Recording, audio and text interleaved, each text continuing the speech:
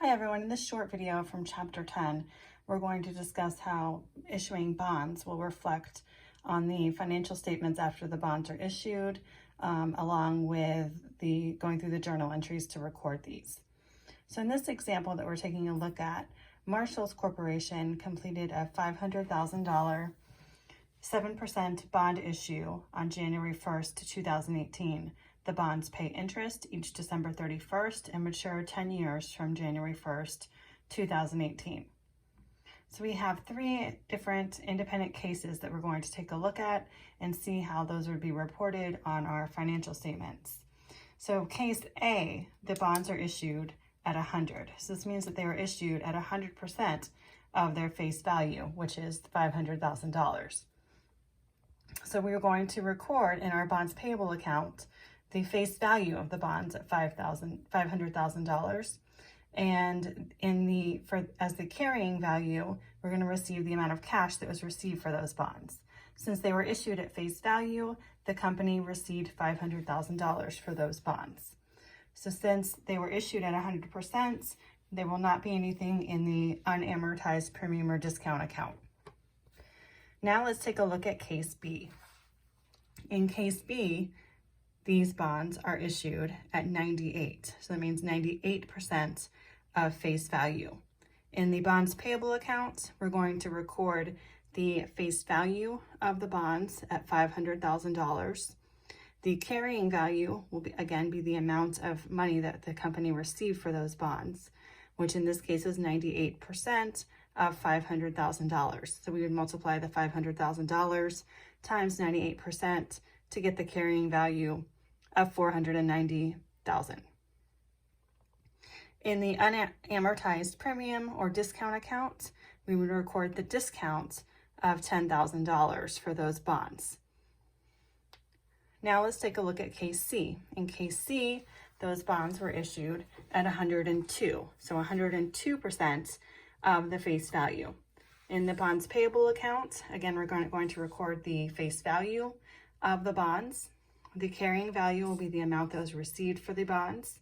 So that would be $500,000 times 102%, which gives us $510. So the premium that was charged on that bond issuance was $10,000, since the carrying value is $10,000 more than the face value. So that would be recorded as an unamortized premium for that bond issuance. So this is similar to how they would look on our financial statements as well too. On our balance sheet, we'll see our bonds payable account showing the face value of the bond, and then we'll have an unamortized premium or discount account showing the bonds that were issued at either a premium or a discount, followed by the carrying value for those bonds. So either $500,000 when they were issued at face value. The bonds that were issued at a discount, the carrying value would show at $490,000. And in case C, where they were issued at a premium, the carrying value would reflect at $510,000.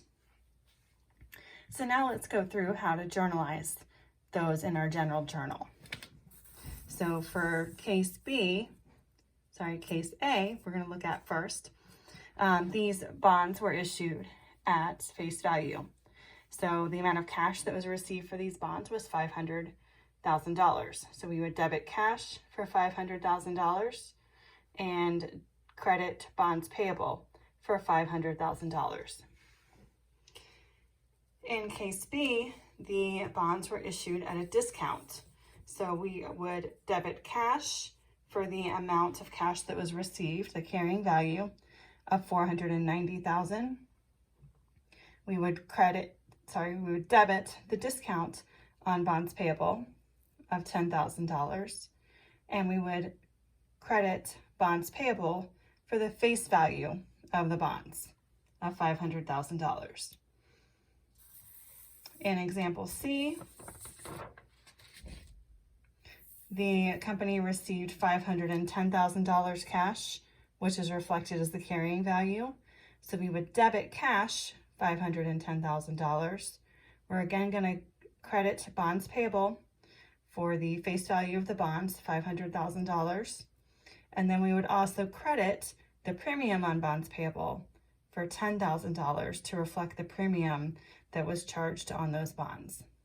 If you have any questions on this example or anything else in Chapter 10, please send me a message in Canvas.